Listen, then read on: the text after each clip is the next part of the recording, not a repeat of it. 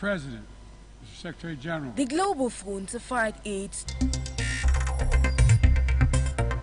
UN General Assembly in New York is generating steam as different African leaders have been taking turns to express their views on different issues of great concern. Tonight, I bring to you the speech of DR Congo and Rwanda's leaders as both state strongmen play the blame game on the international scene.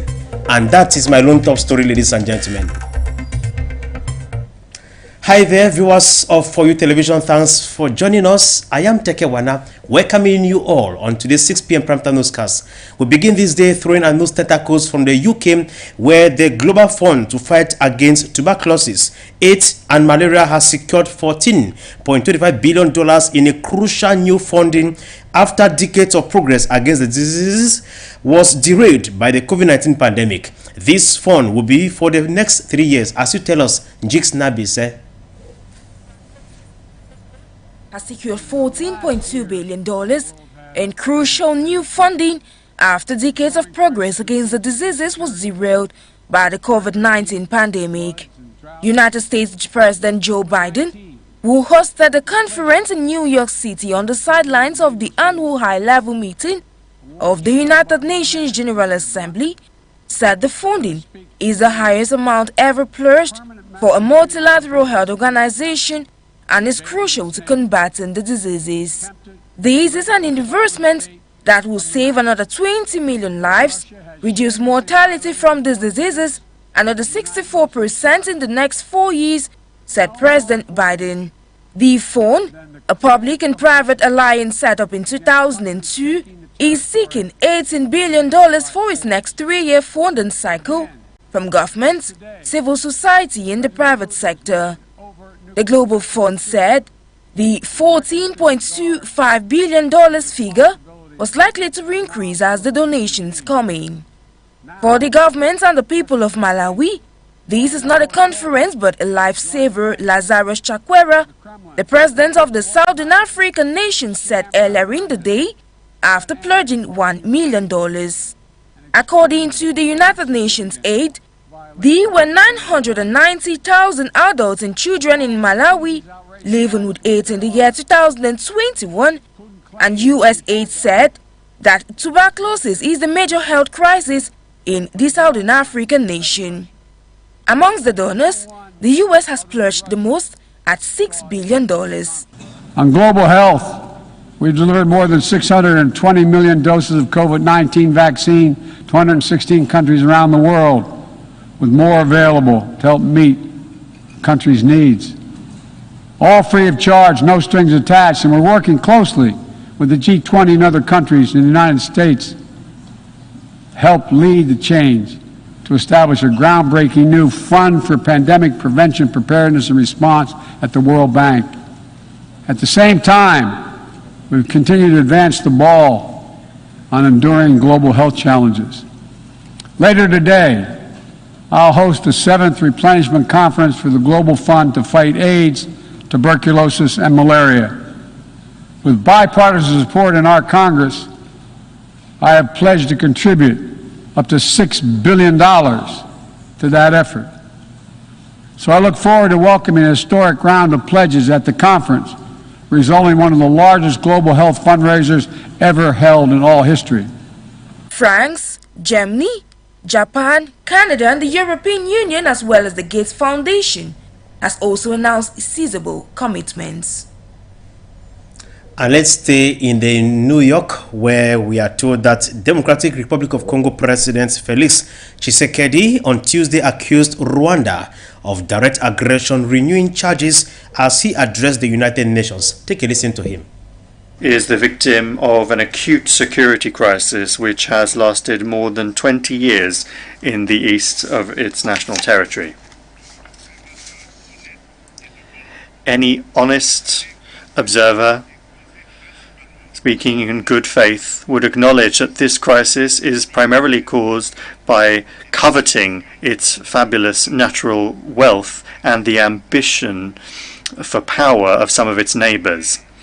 The Congolese people acknowledges the involvement of the United Nations, the African Union, African regional communities, the European Union and the foreign bilateral partners of the Democratic Republic of the Congo to curb this recurrent crisis.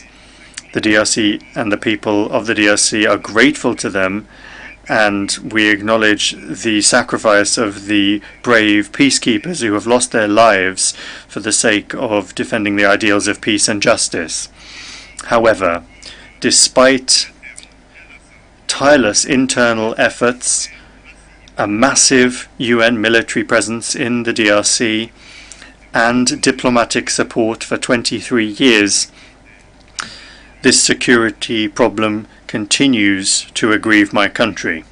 In order to eradicate insecurity once and for all, to restore lasting peace, and to ensure stability in the east of the Democratic Republic of the Congo, several agreements were signed with armed groups and even with neighboring countries under the guarantee of the international community. National and international mechanisms have been created. All of these prospects for a lasting settlement of the conflict only lasted for a few months. Very quickly, the architecture of those prospects cracked and the building collapsed. And then we always start again with the same tragedies. Despite my goodwill and the outstretched hand of the Congolese people for peace, some of our neighbours could find nothing better to do than thank us through aggression and by supporting terrorist arms groups that are ravaging the east of the Democratic Republic of the Congo.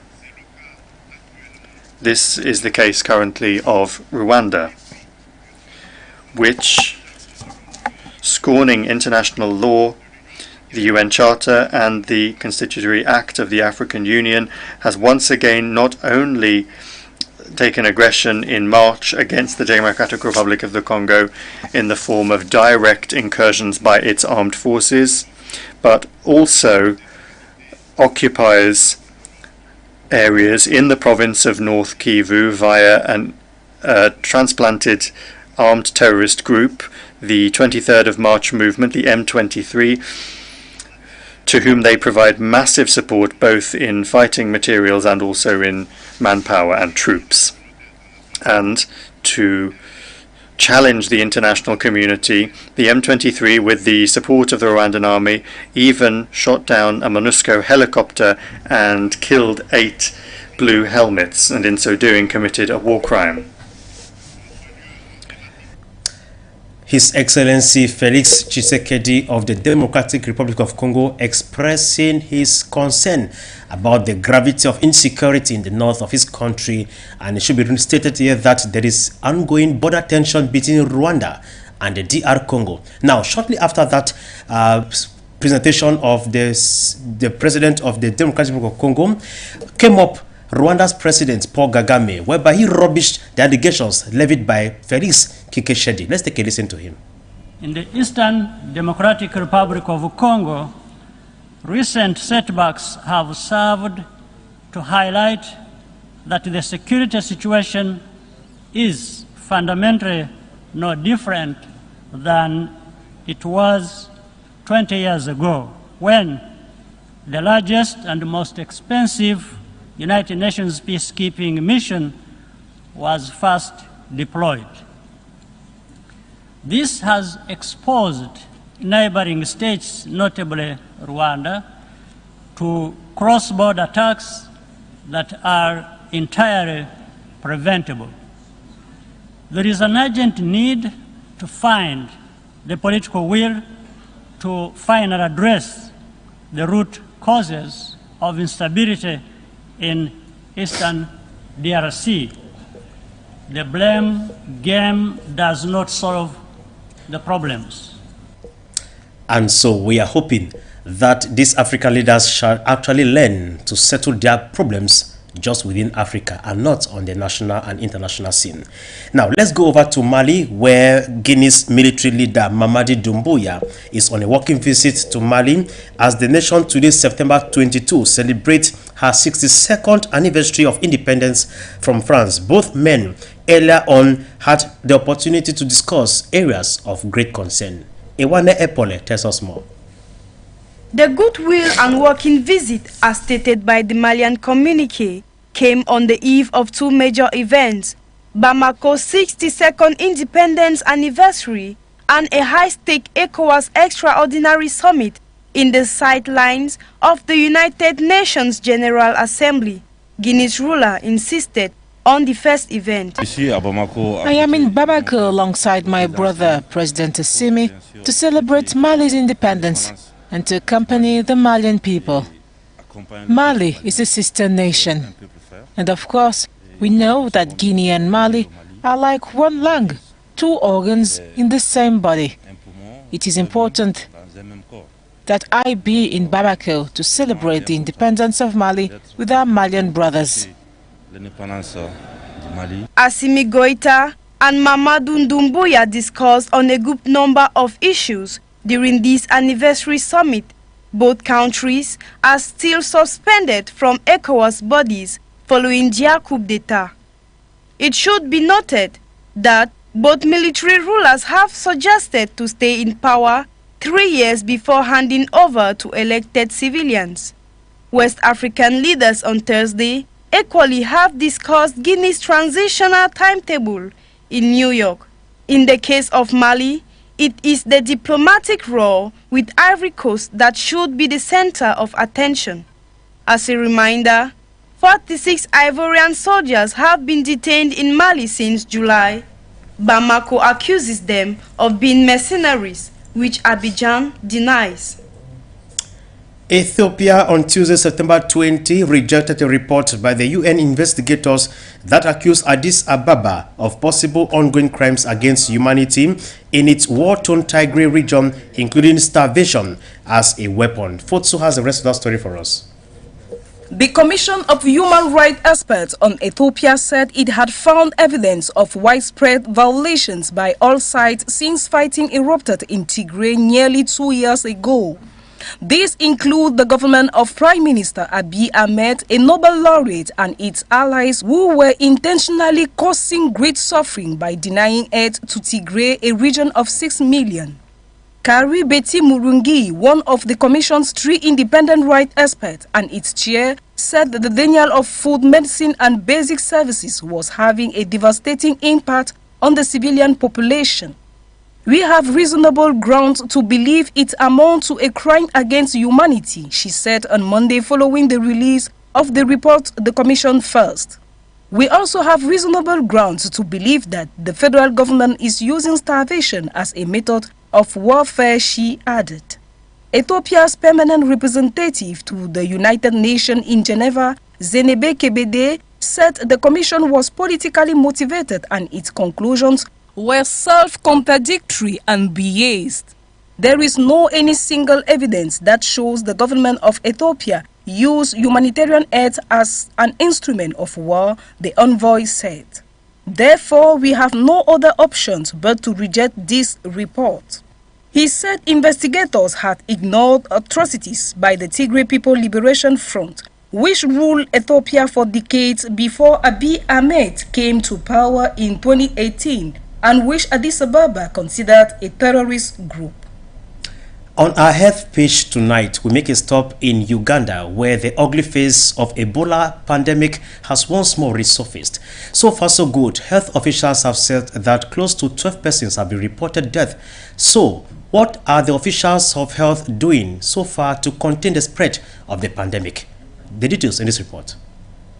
The East African country of Uganda has confirmed an outbreak of the hemorrhagic fever in the central district of Mubende, about 150 kilometers west of the capital city of Kampala. To give you a background, the epidemic appears to have started around the beginning of September, when people started dying in a small village in a sub-county called Madudu. On Thursday, health officials said the country would draw on its previous experience to counter the last outbreak through the transformation of COVID-19 centers into Ebola management centers. This current outbreak happens just at the end of the COVID pandemic, which we think we successfully managed. And much of the infrastructure that we used, both for COVID, we are quickly repurposing it to Ebola.